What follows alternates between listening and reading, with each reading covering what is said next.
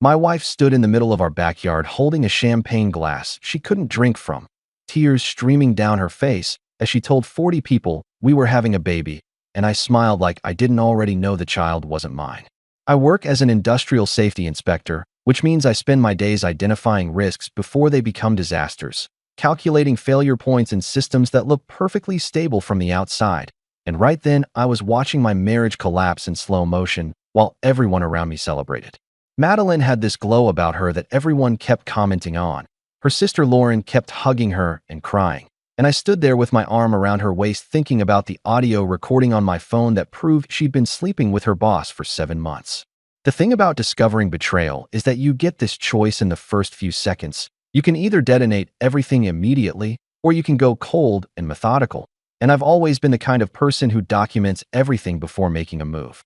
She announced the pregnancy on a Saturday afternoon in late September with decorative balloons tied to our fence and a cake that said, "Baby makes 3, in blue frosting.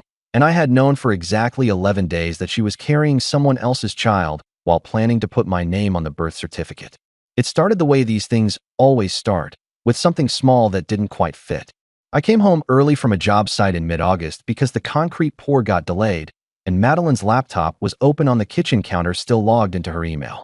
I wasn't snooping, I was just walking past and saw a message preview that said, "Last night was incredible," from someone named Derek, and my brain did this weird thing where it tried to make it innocent for about 5 seconds before reality crashed in.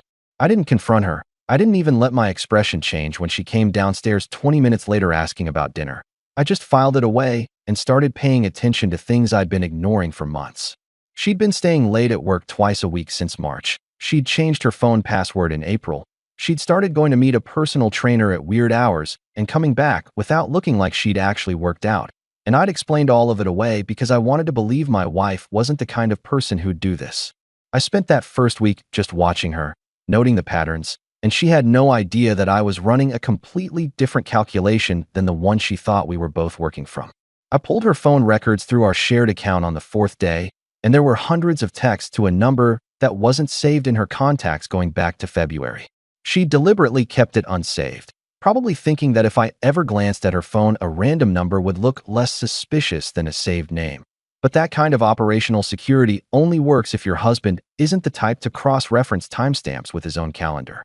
Every single time she told me she was working late or meeting Lauren for drinks or going to visit her mom, she'd sent or received messages from that number within the same hour.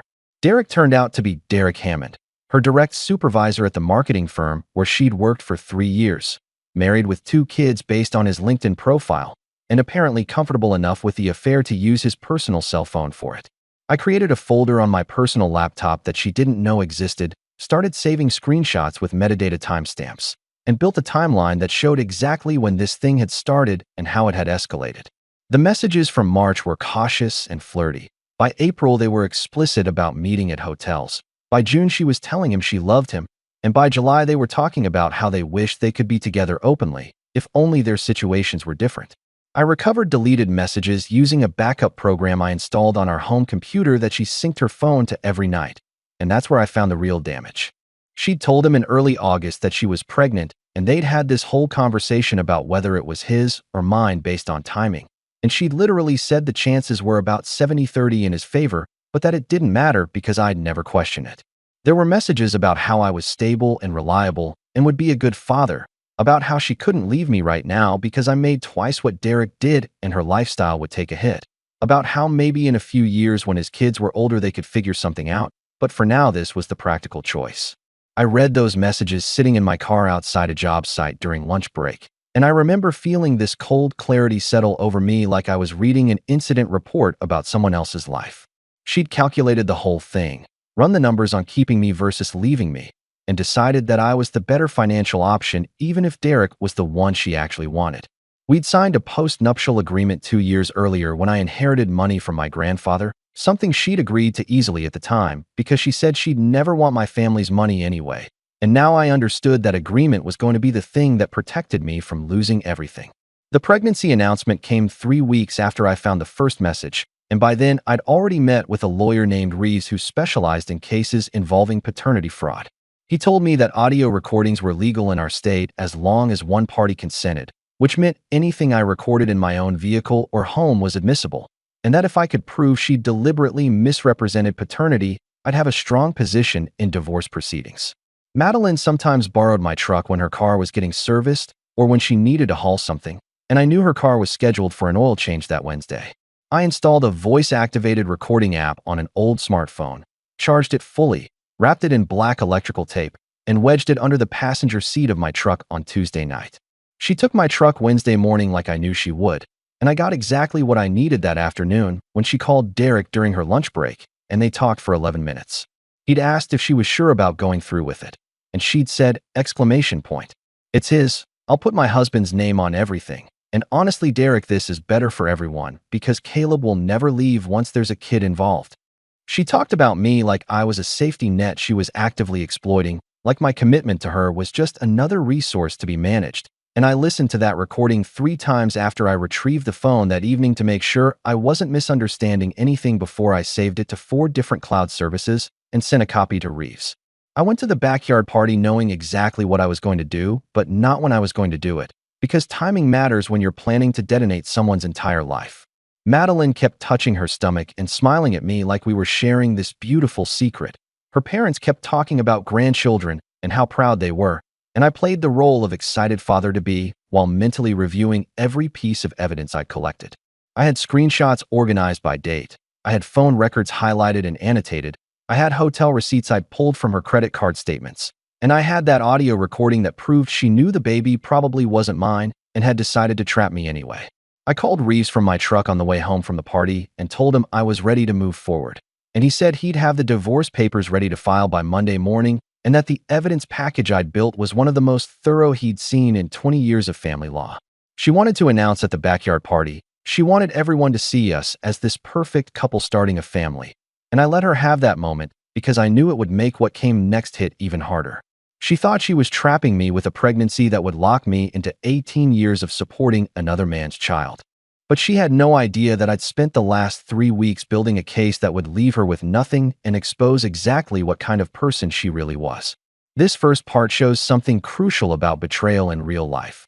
It's not the dramatic explosion you see in movies. It's cold documentation that protects you when emotions would destroy you.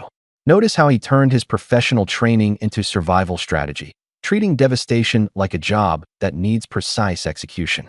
The second backyard party happened 3 weeks after the first one, and Madeline had no idea it would be the last time most of these people would ever speak to her again. She'd wanted to do a gender reveal this time because apparently one public celebration wasn't enough, and she'd spent days planning this elaborate setup with colored smoke bombs and a photographer she'd hired to capture everyone's reactions. I told her it was a great idea and even helped her arrange the tables. And the whole time I was running through my plan like I was conducting a final safety inspection before a controlled demolition. Reeves had filed the divorce papers that morning, but they wouldn't be served until Monday, which gave me exactly 1 weekend to make sure everyone who mattered knew the truth before Madeline could spin her own version of events. I'd loaded the audio recording onto a Bluetooth speaker I'd hidden in the garage.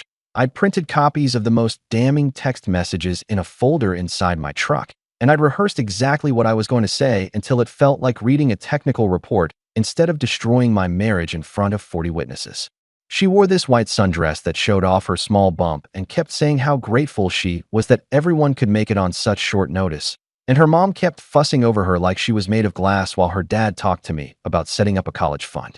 Derek wasn't there because Madeline had specifically told me she didn't want work people at family events, which was darkly funny considering she'd been sleeping with her work person for almost 8 months at that point.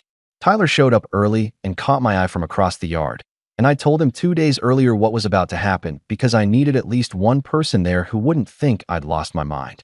One of Madeline's co-workers named Logan had also shown up with his girlfriend, and I made a mental note that he was going to witness this entire thing and take it back to the office, which was exactly what I wanted.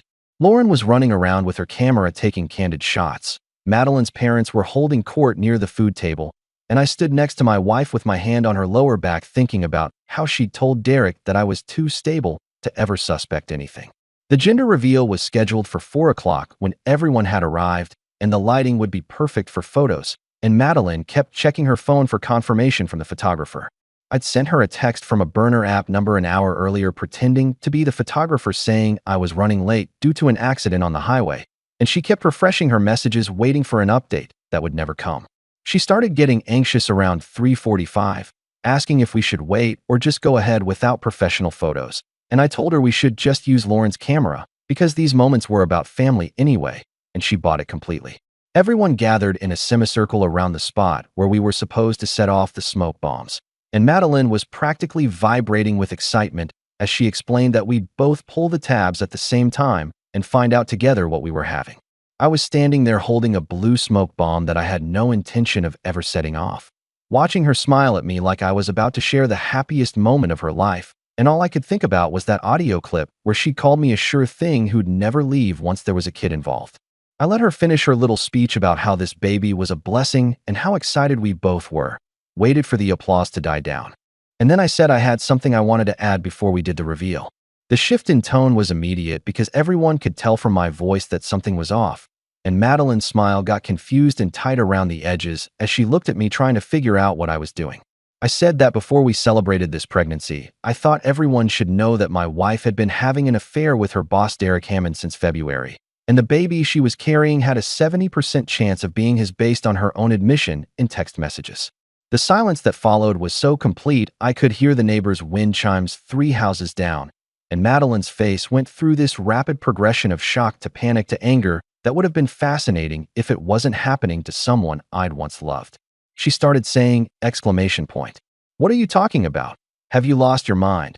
But I was already walking toward the garage, and I could hear people murmuring behind me as I grabbed the Bluetooth speaker and connected my phone. The audio recording played for everyone standing in that backyard, Madeline's voice coming through crystal clear as she told Derek that the baby was his, but she'd put my name on everything because I'd never leave once there was a kid involved, and Derek really needed to stop worrying because she had it all figured out. I watched her face go white as her own words echoed across the yard, watched her parents' expressions collapse into confusion and horror, watched Lauren's camera drop to her side as she stared at her sister like she was seeing a stranger. Madeline tried to grab my phone, but I stepped back and let the recording keep playing through the part where she talked about how I made good money, and she wasn't about to give up the lifestyle for some romantic fantasy with a married man. Her mom made this wounded sound in the back of her throat. Her dad's face went completely blank, and I saw several people, including Logan, pull out their own phones to record what was happening because it was too surreal to just be witnessed. Logan was already typing something on his phone, probably texting other people from their office, and I knew by Monday morning everyone at that marketing firm would know exactly what Madeline and Derek had done. I turned off the speaker when the recording ended and said that I'd filed for divorce that morning, that paternity testing would be part of the legal proceedings, and that I wanted everyone here to know the truth before Madeline had a chance to rewrite history. She was crying and trying to say something about how it wasn't what it sounded like, how I was taking things out of context, but her own voice had just played for everyone telling Derek that she was deliberately trapping me with a baby that probably wasn't mine. Lauren was backing away from her sister like she was physically repulsed. Their mom was crying into their dad's shoulder, and I could see people near the back already heading for their cars because they wanted no part of whatever was happening. Tyler caught my eye and gave me this tiny nod, and I picked up my keys from the patio table where I'd left them specifically for this moment. I told Madeline that her stuff would be packed and ready for pickup by Tuesday, that all communication from this point forward needed to go through my lawyer, and that she should probably call Derek and let him know his wife would be getting some interesting information in the next 24 hours. The last thing I saw as I walked out of that backyard was Madeline standing alone in her white sundress with the unlit smoke bomb still in her hand, surrounded by people who were either staring at her or deliberately not looking at her. And I felt nothing except this cold satisfaction that she'd gotten exactly the public spectacle she'd wanted, just not the kind she'd planned for. I heard her calling my name as I got in my truck, but I didn't turn around, didn't give her the confrontation she was probably desperate for, and I drove to Tyler's apartment where I'd already moved half my important belongings earlier that week. She'd wanted everyone to see us as the perfect couple expanding our perfect family. She'd orchestrated this whole performance about love and commitment, and I'd let her have her stage right up until the moment I used it to show everyone exactly who she really was. Here's the key moment that defines everything. He used her own celebration as the platform to reveal the truth, which raises the question of whether public exposure crosses the line from justice into revenge. The level of control he maintained, from the fake photographer to having Logan there as a witness, shows exactly how calculated someone becomes after this kind of betrayal. I spent that first night at Tyler's apartment staring at my phone watching the messages pile up: 53 calls from Madeline, 22 from her mother, 16 text messages that started with apologies and ended with accusations, and I deleted every single one without reading past the first line. Tyler ordered pizza and didn't ask me how I was feeling because he already knew, and we sat there watching basketball highlights while my wife's entire life collapsed in real time across town. I'd blocked Madeline's number by midnight because the voicemails were getting increasingly desperate.